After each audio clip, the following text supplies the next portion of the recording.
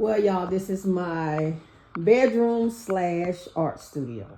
As you can see, I'm still unpacking some things. I have my art supplies everywhere. My canvas, just stuff everywhere. And I'm excited. I really am. And this is my sanctuary right here. This is where I come to talk to the Lord.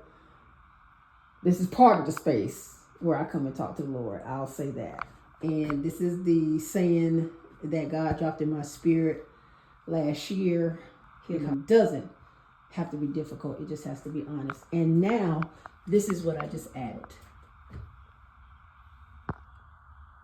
I added these sayings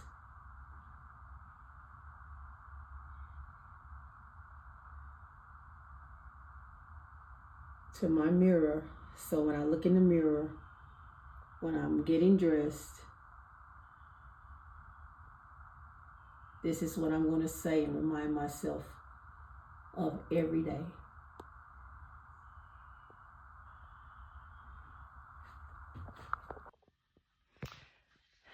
I'm glad that things are happening, or they did happen the way that they did, because I don't think that I will be in a position where I am selling my art.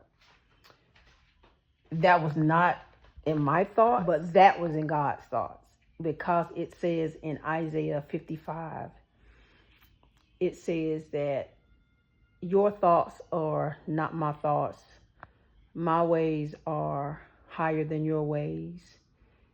And sure enough, this is what's happening, because me experiencing domestic abuse in both marriages, I always did art. It seemed like doing something creative always brought me back to my safe space. That was my tranquil state of mind. That was me, pulling something out of me that helped me to just get lost in it. And when I would be creative, when I would, design something, whether it be on a jacket or some jeans or a t-shirt or a sweatshirt or a hoodie, I was just always doing something. And then it just evolved over the years and over time for me to just, I lost my train of thought because my granddaughter was knocking on my door. Oh my gosh. Well, anyway, I just wanted to just let y'all know this is the behind the scenes of my life right now, and how God is pivoting me in this space of being a Christian artist. I never thought of myself as a Christian artist. I never thought I would be selling my art. And I never thought I would be creating the type of art that I am creating, which is intuitive art. With me, I don't focus on matching colors or the art piece looking like something that's symmetrical. I'm just concerned about the progress. I'm not concerned about perfection. And it's been a journey.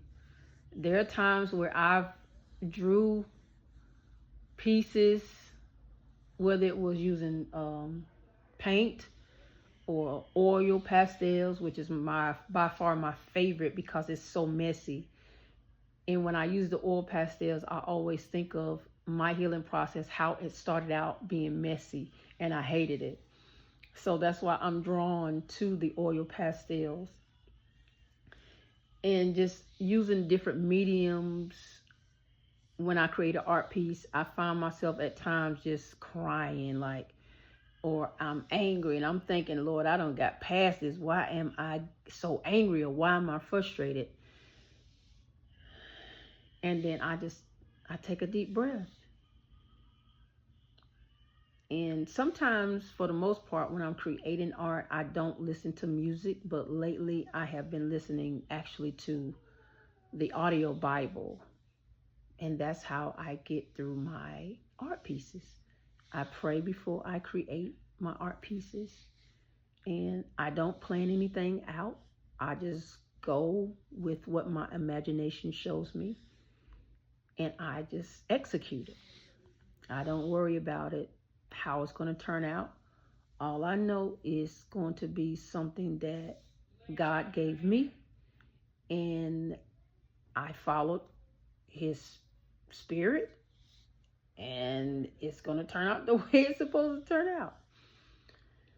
But I'm just bringing y'all on the journey and to tell y'all that healing